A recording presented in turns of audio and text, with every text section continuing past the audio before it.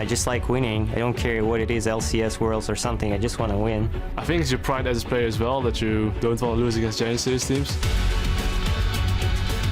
Last spring split, I had a really close call into getting into LCS, but Dignitas outplayed Team Fusion, and I don't want to let Kiwi Kid relegate me a second time.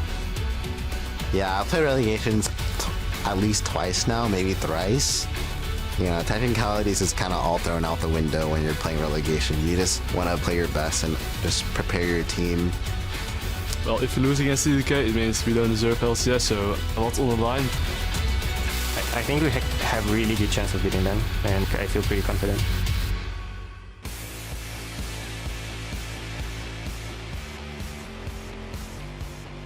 Welcome to the start of the 2016 North American Summer Promotion Tournament. Now, 3 spots in the LCS are on the line, and the top teams from the Challenger Series are stepping up to the plate to claim a place in the big leagues. Hello, everyone. I am Dominic Romer, and sharing the desk with me today is Aiden Zyrene Moon. How are you? Yeah, exactly. I'm sharing the desk with you. Yes. So you're welcome. We're teammates with this. But I was doing okay, and then production told me I had to share the desk with you, so... A little peeved right now, but you know what? Professionals. We'll work it out. We'll work it out. So we're good.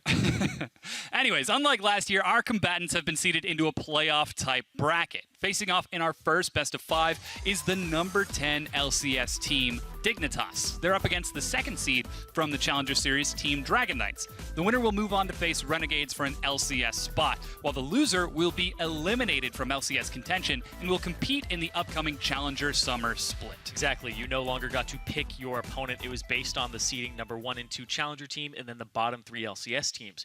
So this is an elimination match today. You lose this, you go home.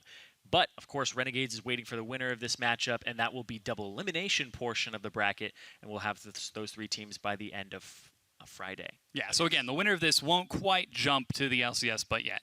A lot is on the line, but let's jump right into it. Game number 1 between Team Dragon Knights and Team Dignitas. Dignitas is one of those grand old teams of the LCS. Been there since the beginning, but this is the 3rd time they've had to fight to really hold on to that LCS spot. Yeah, it's been so many times that Kiwi Kid was like 2 times, 3, maybe 3 times. Yeah. I'm not quite sure. And exactly, it's really hard to imagine the LCS without Team Dignitas, and especially their support, Kiwi Kid. In the past, he's been a huge playmaker for this team to help them re-qualify, and he's always stepped up in promotion tournament and even earned the MVP honors in the Summer 15 promotion tournament. Of course, Kiwi Kid was talking about how, MVP of promotion really isn't a big deal, but he's been there so many times. He's been such a clutch player.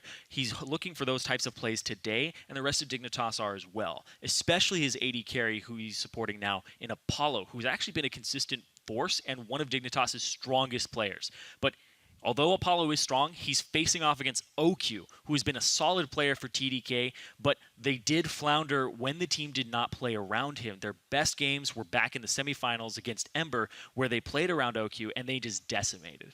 We'll see if they can do that once again. Now, Team Dragon Knights were in the LCS, and they're fighting to return to their old stomping grounds. TDK had a mediocre Challenger split, but they managed to find success in the playoffs after they made a late-season roster swap. Yes, TDK did lose Seraph in the top lane, but they did pick up Flares to replace him, which didn't end up being a huge hit to the squad, but they also picked up Alex Siege in exchange for Ninja. And after the change, they have looked a lot better, taking down the favorites Ember in the Challenger Series I talked about when they played around OQ. But this is also Alex's 3rd time to play in the promotion tournament, and he has won all of his series in the promo tourney. So between Kiwi Kid and Alex, one of these will be handed their first loss of a match in the promotion tournament. Yeah, there's a lot of veteran experience among everyone, but especially on Team Dignitas. Kiwi Kid, though, says they're still vulnerable to nerves, and that might affect their chances of reclaiming their LCS spot. But I think our team work as a whole has nerves when it comes to playing on stage, and I don't know, I'm really confident in my own play, but it's just as a cohesive unit, I'm not sure. That's when we can falter, and I mean, there's no looking past that.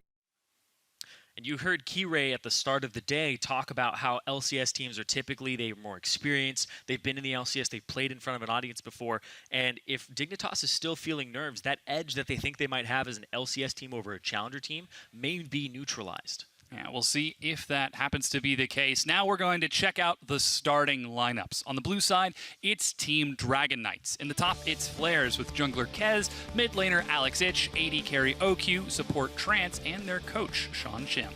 And on the red side, it's Team Dignitas. In the top lane, it's Billy Boss, Kirei in the jungle, Shifter in mid, Apollo at AD carry, and Kiwi Kid on support, MVP in 15, see if he can get it in 16 as well, with Coach Raz doing the picks and bans for this team.